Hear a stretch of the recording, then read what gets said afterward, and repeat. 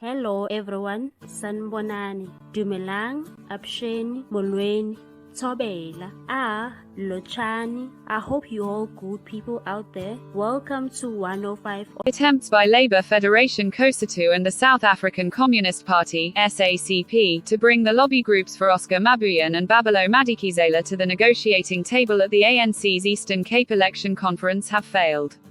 Mabuyane, Madikizela and Mabuyane are vying for the position of ANC Eastern Cape chairperson. 3 members of the provincial task team representing the alliance made a proposal to bring together the Mabuyane and Madikizela factions ahead of the conference, but were ignored, sources said. They said SACP Eastern Cape chairperson Exilile Nkatha, SACP leader Mnsidisi Nonsal and COSATU provincial secretary Sholani Malamlela led the call for a united slate. The Madikizela camp has maintained that it was the Mabuyane camp that approached the group proposing a possible consolidation of the different factions. Only Mabuyane gave them an audience during a meeting on Friday, and is said to have asked for secretaries in the regions to deliberate on whether a compromise could be reached between the two slates. But sources told the Mail and Guardian that after Mabuyane's request, the regional secretaries of Chris Hani, O.R. Tambo, W.D. Rubusana and Sarah Bartman and the Joe Gikabi regional chair refused to listen.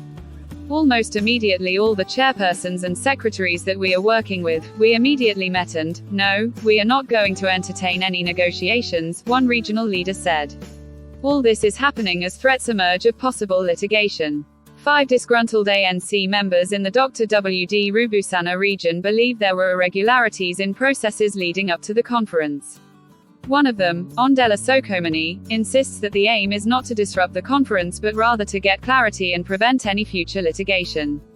He told M&G the court should be able to interpret its April judgment in the matter.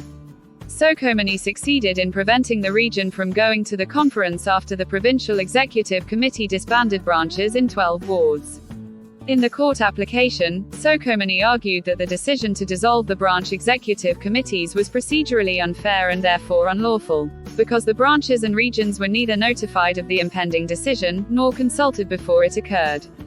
He also argued that if delegates who had been elected at properly constituted branch general meetings were denied participation in a conference, any decision to hold a conference was invalid and the outcomes of such a conference invalid, null and void.